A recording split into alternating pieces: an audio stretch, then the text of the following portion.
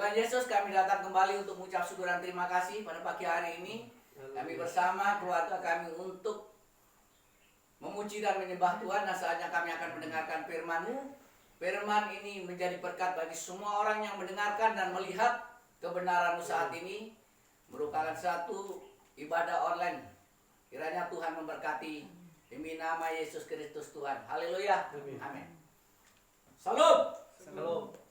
Salam damai sejahtera di dalam nama Yesus Kristus Tuhan kita. Haleluya. Haleluya.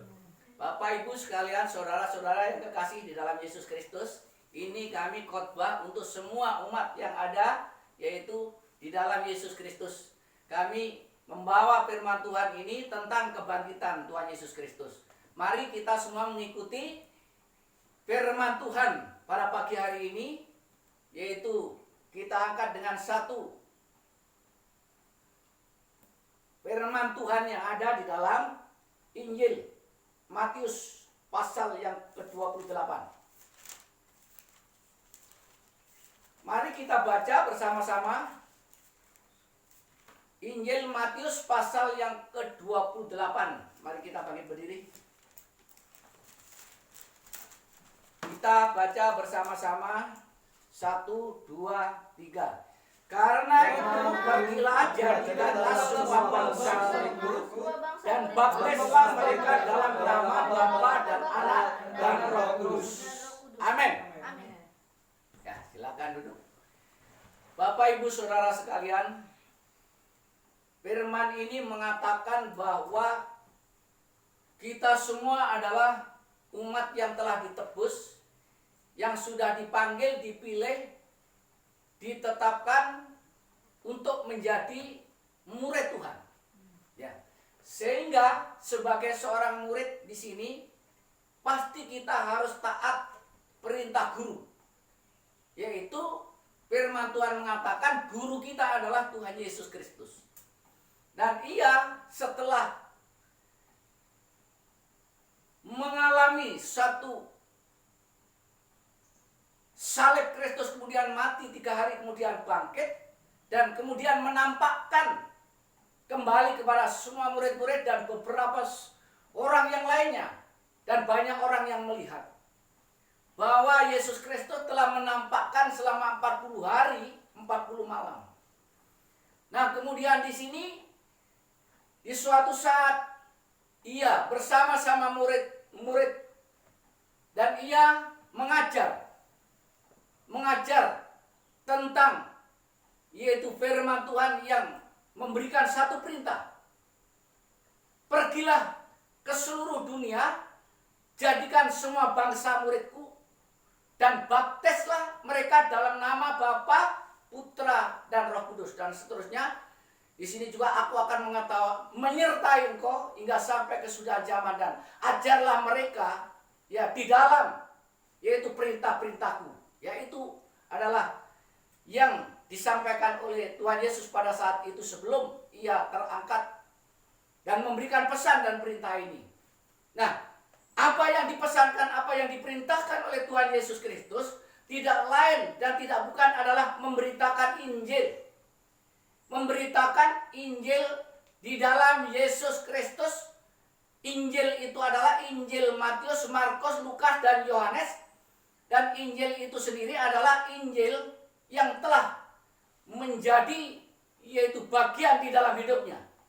Nah, dengan demikian maka kita orang-orang yang percaya di dunia ini memberitakan Injil. Kita bukan memberitakan hukum Taurat, kita bukan memberitakan kejadian, kita bukan memberitakan Abraham, kita bukan memberitakan Elia, kita bukan memberitakan Musa, tetapi yang disuruh memberitakan, yang diperintahkan oleh Yesus Kristus yaitu memberitakan Injil. Injil itu apa? Injil Yesus Kristus itu sendiri tentang dirinya. Tentang dirinya yang telah mengalami tragedi besar, yaitu di kayu salib. Ia yang telah mati di kayu salib bagi kita semua untuk menebus dosa-dosa kita, untuk menebus semua hukuman yang seharusnya menimpa di dalam hidup kita, sehingga kita terlepas dari jeratan hukum, terlepas dari hukuman maut, terlepas dari hukuman kekal. Nah, dengan demikian berita Injil ini adalah berita pembebasan, berita kemerdekaan bagi umat-umat yang percaya kepada Yesus Kristus. Ia sudah bebas dari hukuman, ia bebas dari penjara, dan ia bebas dari perbudakan hukum Taurat. Jadi hukum Taurat itu memperbudak di dalam kehidupan orang karena harus mengikuti aturan ini dan aturan ini. Tuntutan ini dan tuntutan ini. Harus membayar ini, membayar itu, dan membayar ini. Tetapi di dalam Yesus Kristus hanya ada satu perintah, bukan hukum. Apa? Perintah yang harus diberikan kepada Tuhan Yesus atau yang disampaikan. Kasihlah sesama manusia seperti mengasihi dirimu, dan kasihlah Tuhan Allahmu. Siapa itu? Ya, Yesus Kristus. Kasih yang dari Yesus Kristus yang telah mati di kayu salib, maka itu diberikan kepada kita sehingga kita sanggup mengasihi Kristus. Kita sanggup mengasihi manusia. Kita sanggup mengasihi semua ciptaannya, termasuk makhluk hidup, yaitu binatang. Nah, saudara-saudara yang kekasih Tuhan, jangan sampai kita salah mengerti apa yang dimaksud memberitakan Injil itu. Bukan memberitakan kejadian, bukan memberitakan zaman Musa, bukan memberitakan zaman Taurat. Tetapi di sini adalah memberitakan tentang kematian dan kebangkitan di dalam nama Yesus Kristus itu sendiri. Dengan demikian maka kita sudah hidup merdeka, kita sudah hidup dari jeratan hukum, kita sudah terbebas dari semua tuntutan-tuntutan hukum Taurat, sehingga kita hidup dalam damai sejahtera di dalam nama Tuhan Yesus Kristus. Demikian firman Tuhan yang singkat ini kiranya menjadi berkat bagi saudara sekalian. Tuhan Yesus memberkati. Mari kita berdoa sama-sama, langsung kita doa berkat. Saudara yang kekasih, mari kita mengangkat tangan kita dengan segenap hati, dengan segenap jiwa, dengan segala kekuatannya. Amin. Tuhan Yesus memberkatimu dengan segala kekayaan surgawi, dan ia memberikan damai sejahtera yang penuh dan berlimpah-limpah. Diberkatilah usahamu, diberkati sekolahmu, diberkati pekerjaanmu, diberkati apa yang menjadi aktivitas dan kegiatanmu. Diberkati di desa ini, di kota, dimanapun kau berada.